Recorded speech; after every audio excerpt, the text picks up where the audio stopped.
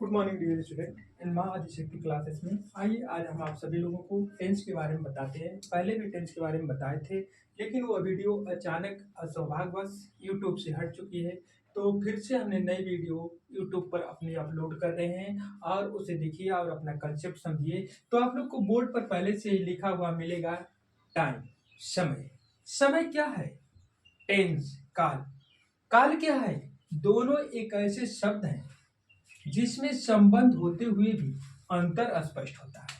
तो हम सदियों से पढ़ते आ रहे हैं टाइम टेंस, लेकिन टाइम टेंस में क्या अंतर स्पष्ट होता है उसके बारे में आप लोग यहाँ डिटेल देखते रहिए। तो यहाँ पे हम लिखते हैं टाइम, क्या चीज? टाइम। ये हो गया टेंस, क्या चीज? टेंस। और हम आप लोगों को ओरल बोलकर यानी मुख से बोलकर सुना रहे हैं, लिखने की क्या जरूरत है? आप लोग सुनते रहिए, ठीक ना? सुनकर इसे थ्योरी याद कर लीजिए, इसका डेफिनेशन याद कर लीजिए। तो देखिए हम टाइम में आपको बता रहे हैं कि टाइम क्या चीज है। टाइम में देखिए, टाइम एक ग्रामेटिकल कंसेप्ट है, नहीं है। टाइम क्या है? ग्रामेटिकल कंसेप्ट नहीं है। यानी टाइम एक ग्रामेटिकल कंसेप्ट या टर्म, इसे कंसेप्ट भी बोल सकते हैं या टर्म भी बोल सकते हैं कि टाइम एक ग्रामेटिकल कंसेप्ट या टर्म नहीं है। लेकिन जो टेंस है यह एक ग्रामेटिकल टर्म यानी कंसेप्ट है। टाइम नहीं है लेकिन टेंस एक ग्रामेटिकल कंसेप्ट है यानी टर्म है। और इसी के बाद आप टाइम में देखते रहिए, यह एक यूनिवर्सल कंसेप्ट है। टाइम क्या है? यह एक यूनिवर्सल कंसेप्ट है। यह भाषा से स्वतंत्र या मुक्त है। टाइम से दिनों, महीनों, वर्षों आदि का बोध होता है। टाइम से क्या होता है? दिनों, महीनों, वर्षों का बोध होता है। लेकिन टेंस से क्या होता है बाबू? अब टेंस का डेफिनेशन सुनिए, टेंस में लिखिए, ठीक है? टेंस एक ग्रामेटिकल टर्म है, यह एक यूनिवर्सल कंसेप्ट नहीं है। टेंस क्या है? यह एक यूनिवर्सल कंसेप्ट नहीं है। यह भाषा से स्वतंत्र या मुक्त नहीं है। ये जबकि टेंस से दिनों, महीनों, वर्षों आदि का बोध नहीं होता है। तो टाइम और टेंस के दोनों को कंसेप्ट के बारे में डेफिनेशन आप लोग को बच्चों मिल चुका है और आप लोग इसके थ्योरी को याद कर लीजिए। अब कोई पूछे, अगर आपसे बड़ा छोटा आपके भाई बहन पूछे या गार्जियन टीचर भी पूछे तो आप ये थ्योरी उनको बता सकते हैं। अब चलिए अब हम कमांड पॉइंट यानी टेंस पर आइए। टेंस के बारे में हम आपको बताते हैं। इतना टाइम और टेंस के बारे में हम आप लोगों को बताए। अब चलिए लिखते हैं टेंस। क्या लिखते हैं? टेंस। बाबू ये लिखा है टेंस। टेंस हम लोग जानते हैं तीन होते हैं। कितने होते हैं ऑलरेडी बताने की जरूरत नहीं है। प्रेजेंट, पास्ट, फ्यूचर, ठीक? 1 2 3। ये क्या है? प्रेजेंट। ये कौन सा है? Present. Tense. Past, past tense. Future, future, future tense, ठीक? ये सुन। तो ये कितने टेंस? तीन होते हैं, लेकिन हम आप लोगों को मात्र प्रेजेंट टेंस की बात करेंगे। किसकी बात करेंगे? प्रेजेंट टेंस की बात करेंगे। अब प्रेजेंट टेंस कितने होते हैं? हाउ, क्या चीज? How many type of present, present, ठीक? क्या चीज? Present, present tense. तो आप कहेंगे there are, there are 4 type, there are 4 type of present, present tense। कितने प्रकार के होते हैं? 4 टाइप के होते हैं। तो हम इसके 4 टाइप में से पहले टाइप को हम आप लोगों के बीच में कल्पना कर रहे हैं, व्याख्या कर रहे हैं, उसको बता रहे हैं और उसको आप लोग देखिए, ठीक? तो अब चलिए इसे मिटा देते हैं। 4 टाइप का पहला टाइप कौन है? चलिए पहले का नाम बताते हैं यहाँ पे। Present, present indefinite, indefinite, present indefinite tense, यानी इंडेफिनिट का मतलब होता है अनिश्चित। क्या होता है? अनिश्चित। इसके हिंदी वाक्य के अंत में प्रेजेंट इंडेफिनिट टेंस के हिंदी वाक्य के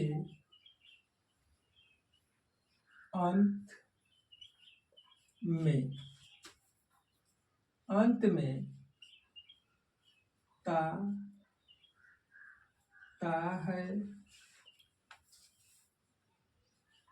ती है,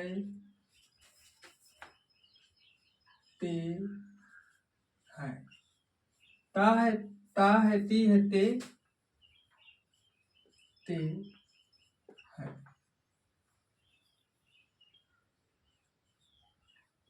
ते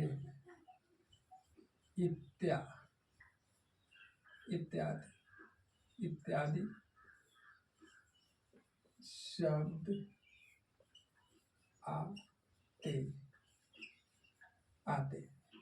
आते हैं, प्रेजेंट इंडेफिनिट टेंस कहते हैं। ये हिंदी वाक्य के अंत में क्या होते हैं? ता है, ती है, इत्यादि शब्द आते हैं, प्रेजेंट टेंस कहते हैं, प्रेजेंट इंडेफिनिट टेंस कहते हैं। तो चलिए इसका हम आप लोगों को स्ट्रक्चर बनाते हैं। स्ट्रक्चर का मतलब सूत्र बनाते हैं। इसे मिटा दें। चलिए अब चलिए यहां पे लिखिए प्रेजेंट, क्या चीज? ये हेडिंग है आपकी, अब शुरू हो गई। Present indefinite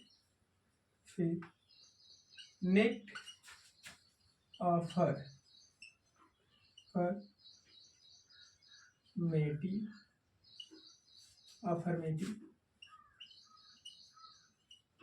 tense. इसे आप सेंसिटिव भी कर सकते हो, पॉजिटिव भी कर सकते हो, कोई दिक्कत नहीं। ठीक, present indefinite affirmative tense.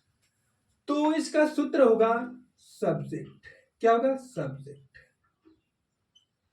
Subject का मतलब होता है ही, शी, इट, कोई एक नाम। ठीक, सब्जेक्ट। अब बहुत से नाम हो सकते हैं। सब्जेक्ट प्लस वर्ब, वर्ब का मतलब क्रिया, वर्ब का first form, verb plus s या es plus object, object plus other. ये आपका सूत्र बनके तैयार हुआ। लेकिन डियर स्टूडेंट, ये सूत्र तो हमने बना दिए, लेकिन यह मात्र सिंगुलर सब्जेक्ट पर काम करेगा। तो सिंगुलर सब्जेक्ट किसे कहते हैं उसके बारे में हम आप लोग को बता देते हैं। सिंगुलर सब्जेक्ट किसे कहते हैं उसको लिख देते हैं। Singular subject, singular subject he, she, it, any, name, each, called. क्या चीज? Called. Singular subject is he, she, it, any, नाम, इज कार। क्या चीज? काल या काल। ठीक ना? काल सिंगुलर सब्जेक्ट,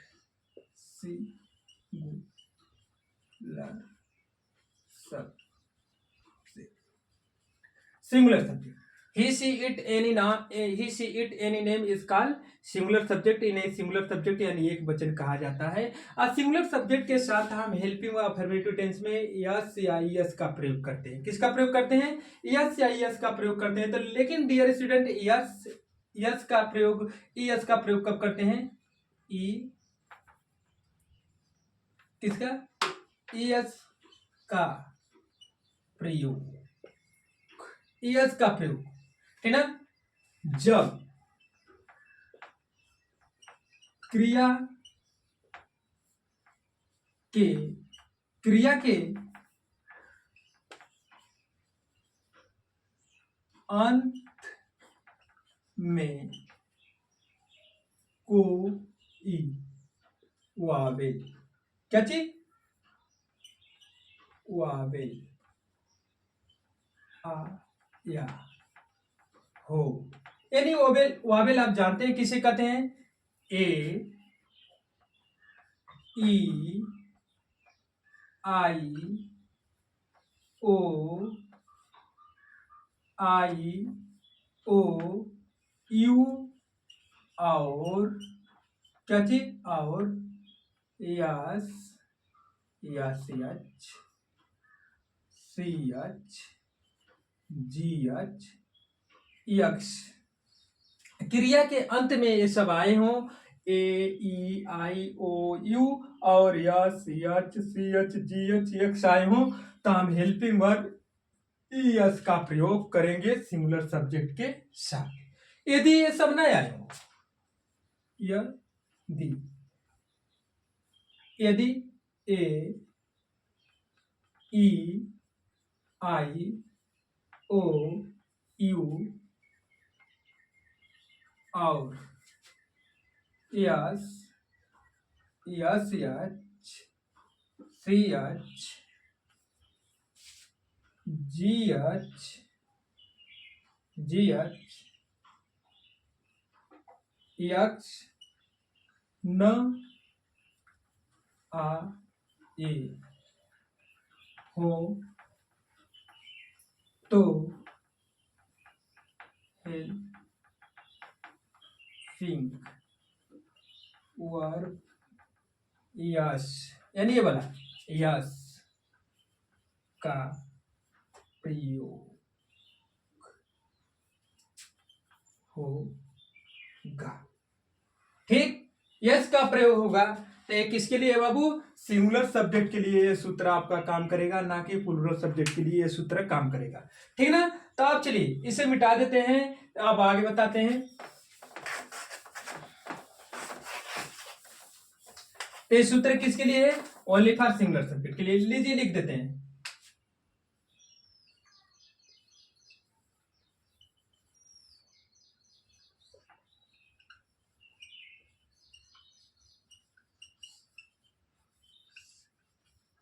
ठीक, अब यहां पे लिखते हैं प्लूरल सब्जेक्ट के लिए सब्जेक्ट प्लस वर्ब का फायदा प्लस ऑब्जेक्ट प्लस अदर। ठीक, अब ये भी हमारा प्लूरल सब्जेक्ट का भी काम बनेगा, यानी स्ट्रक्चर बना दी।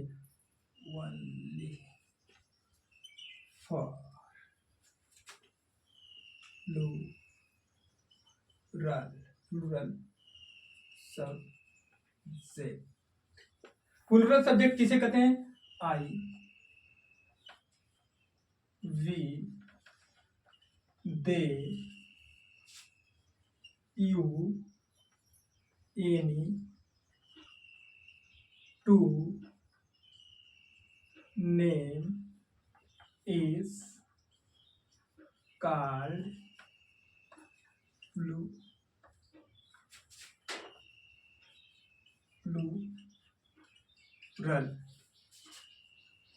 सब्जेक्ट। ठीक, ओनली फॉर क्या चीज? Plural subject. I, we, they, you, any, two, name is called plural subject. इतना आप लोग को समझ में आ गया? तो चलिए ओनली फॉर प्लूरल सब्जेक्ट इसे हटाते हैं, अब आप लोग को स्ट्रक्चर बताते हैं कब प्रयोग होगा। चलिए अब पहला, सबसे पहले सिंगुलर सब्जेक्ट का आप लोग को एग्जाम्पल बताते हैं और इस पे लिखिए और अधिक से अधिक देखते रहिए, अच्छे से देखते रहिए और इसी तरह आप अपने मंच से भी हिंदी को अंग्रेजी में अनुवाद करने का ढंग सीखिए। कहा जाता है बच्चों, शिक्षा ऐसी नीति है जिससे चलती हम बच्चों की पीढ़ी है। ठीक, तो इसको आप लोग अपने जीवन में उतारिए अधिक से अधिक। चलिए लिखते हैं सुनील, क्या चीज? सुनील, चामुंडा, चामुंडा, सुनील चामुंडा पढ़ता है। सुनील चामुंडा क्या करता है? पढ़ता है। तो सबसे पहले लिखेंगे सुनील, सुनील, सुनील चामुंडा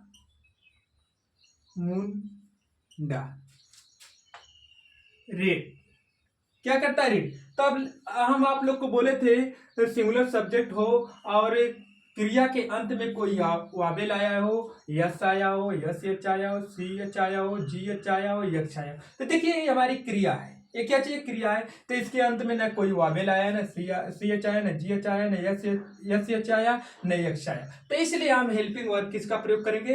यस का प्रयोग करेंगे। ठीक, सुनील चामुंडा पढ़ता है, ये हो गया। अब चलिए अगला एग्जाम्पल इसी पे लिखिए। मेहताब आलम चोरी करता है। मेहताब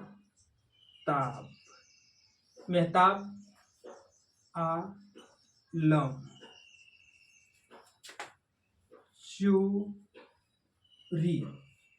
चोरी करता है। मेहताब आलम क्या करता है? चोरी करता है। ठीक, तो लिखिए, सबसे पहले लिखिए मेहताब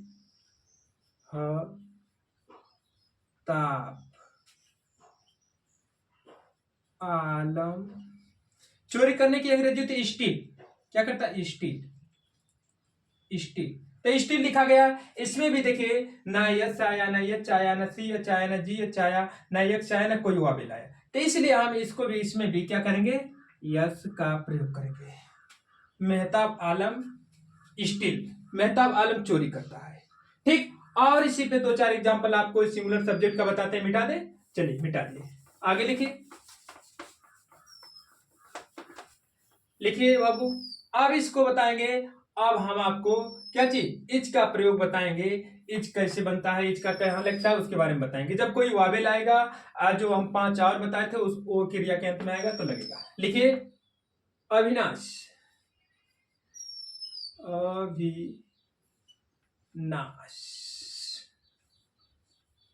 अविनाश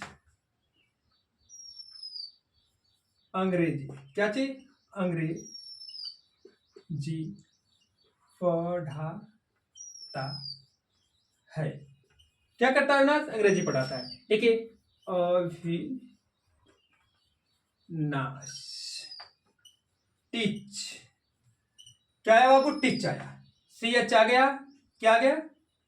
सी एच आ गया, तो इसलिए हम यहाँ पे ईएस का प्रयोग करें। टीच क्या चीज? इंग्लिश। ठीक, अविनाश टीच इंग्लिश। वह घर जाती है। क्या करती है? वह घर जाती है। वह घर जाती है। ठीक, इसका लिखे सी गोज टू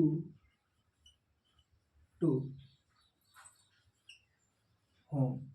ये सभी सही है डियर स्टूडेंट, लेकिन इसमें एक चीज हम गलती क्या बताए हैं? कंजक्शन का प्रयोग किए। किसका प्रयोग किए हैं? कंजक्शन का प्रयोग किए। कंजक्शन टू क्रिया गो और प्रॉपर नाउन होम के बीच में नहीं प्रयोग होता।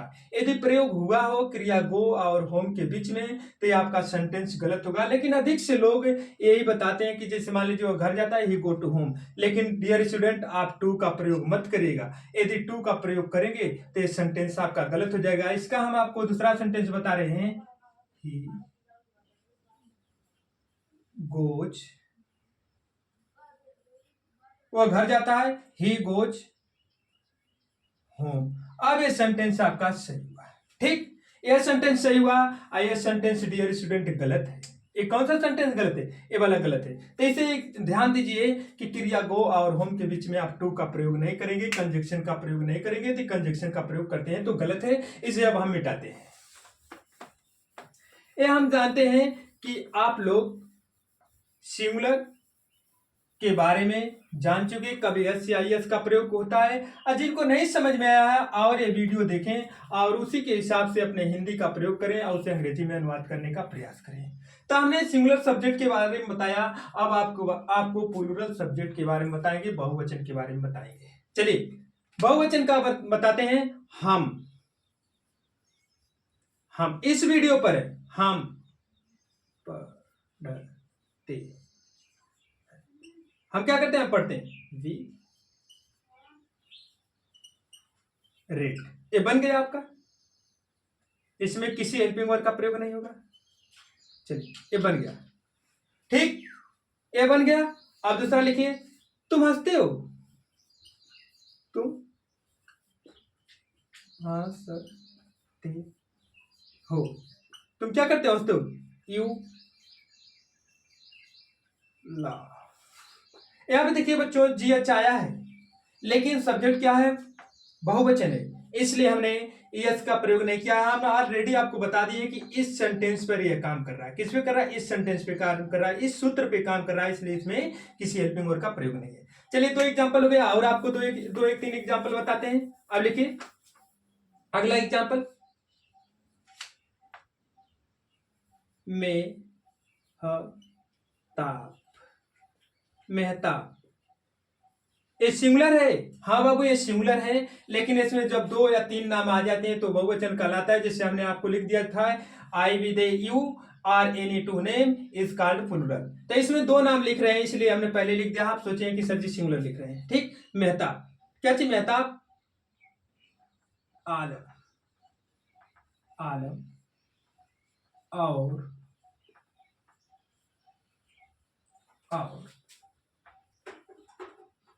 शैलेश, शैलेश तिवारी, शैलेश तिवारी चोरी करते हैं। मेहताब, आलम और शैलेश तिवारी चोरी करते हैं, ठीक। इस पे देखिए पैसा से पहले लिखेंगे मेहताब, क्या चीज, Mehtab, Mehtab, Alam and Shailesh Tiwari, Mehtab, Alam and Shailesh Tiwari still, क्या करते हैं, मेहताब, आलम एंड शैलेश तिवारी स्टील, मेहताब, आलम और शैलेश तिवारी चोरी करते हैं। तुम जानते हो, चलिए ये हो गया। अब कोई कह दिया उसी में से, तुम जानते हो, तुम